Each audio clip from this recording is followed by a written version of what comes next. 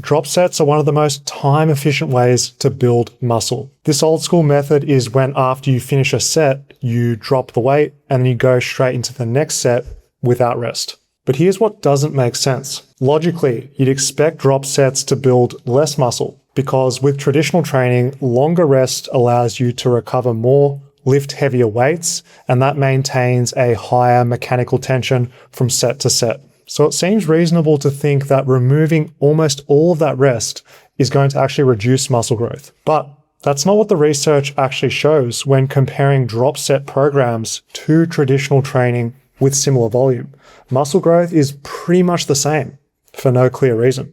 My guess would be either muscle growth isn't determined by mechanical tension alone, it's more the overall stimulus across the session which matters. Or this lighter follow-on work still recruits those high threshold motor units because you're training so close to failure. For those days that I'm lacking focus and my mind's wandering all over the place, drop sets are perfect. Sometimes I know that if I'm resting for 2 or 3 minutes plus between every set, there's a good chance that I'm going to end up scrolling on my phone or get sucked into chatting to old mate at the gym instead of actually following my routine.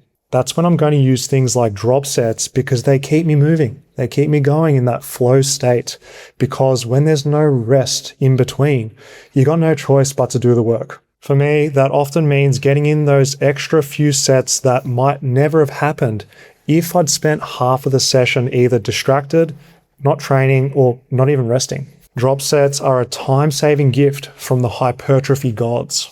If you're looking to get an effective workout done in 30 or 45 minutes, drop sets will help get the job done. This is the best part. It's realistic to cut your workout time in half if you just keep going. You can use them on compound exercises or isolation movements and easily shave off 20 or more minutes in your workout. This is time that would otherwise be spent just resting. And when life gets busy and you're juggling work, family, friends, hobbies, that time really matters. What I like most is there's no meaningful compromise to muscle growth. Knowing this makes me feel far less guilty when I have to modify my workout because I'm short on time.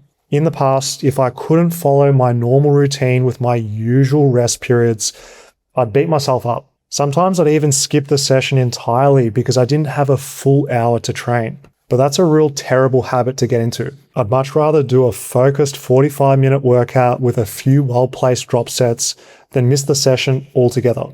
Knowing I can still get an effective hypertrophy stimulus in less time makes it much easier for me to stay consistent.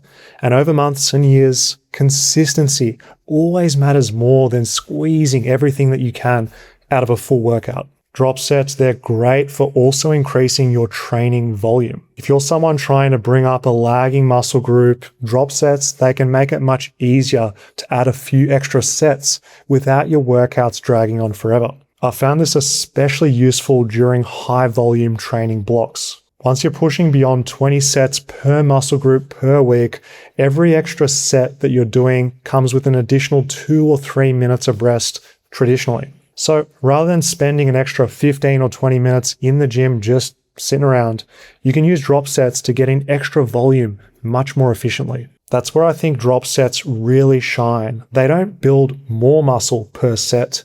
They make higher volume training much easier in practice. But what are the best ways to actually use drop sets? Method 1, use them as a finisher after your working sets on compound exercises. Say you start with 3x10 on weighted dips with 20 kilos. After this, you immediately drop the weight down to say 10 kilos and you do one more set of dips to failure before moving on in your workout. Method 2, you can do the whole exercise as a big drop set. This tends to work best on isolation exercises because they're less technical.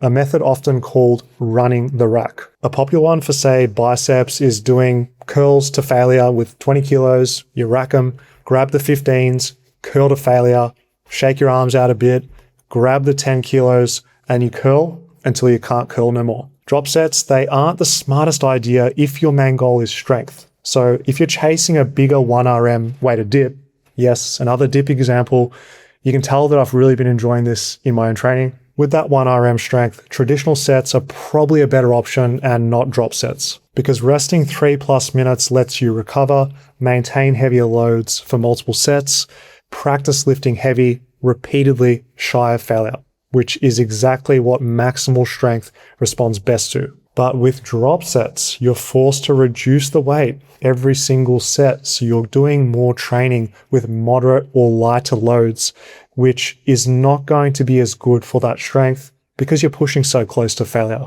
That said, I don't think it has to be one or the other. You can train for strength and you can still add a cheeky drop set in as well. Method 3, drop set for strength. My favorite way is to do one heavy top set first, using the heaviest weight that you can for say 3 to 5 reps. Then you follow it up with several drop sets. For example, I do a set of 60 kilos as a top set, then I strip it down to 40 kilo dips to failure, 30 kilo dips to failure, 20 kilo dips to failure, and you keep going. This is how I used to train all the time as a teenager. All this nostalgia makes me want to do these drop sets again. With this approach, you still get the heavy strength work while you're fresh.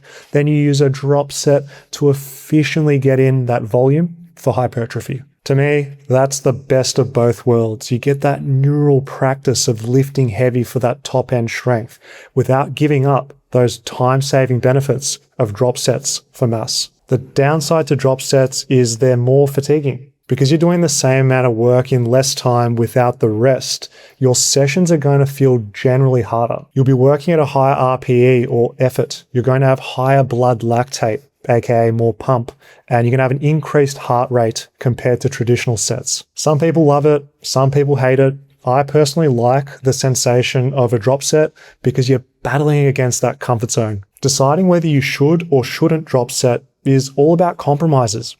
Getting the workout done sooner comes at the cost of feeling a little bit more challenged.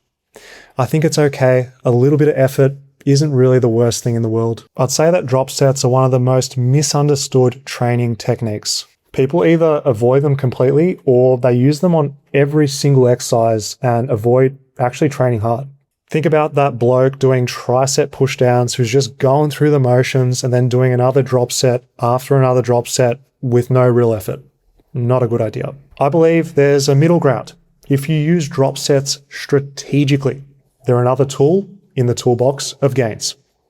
Just like watching another Fitness FAQs video, this is the one that's recommended for you. Peace.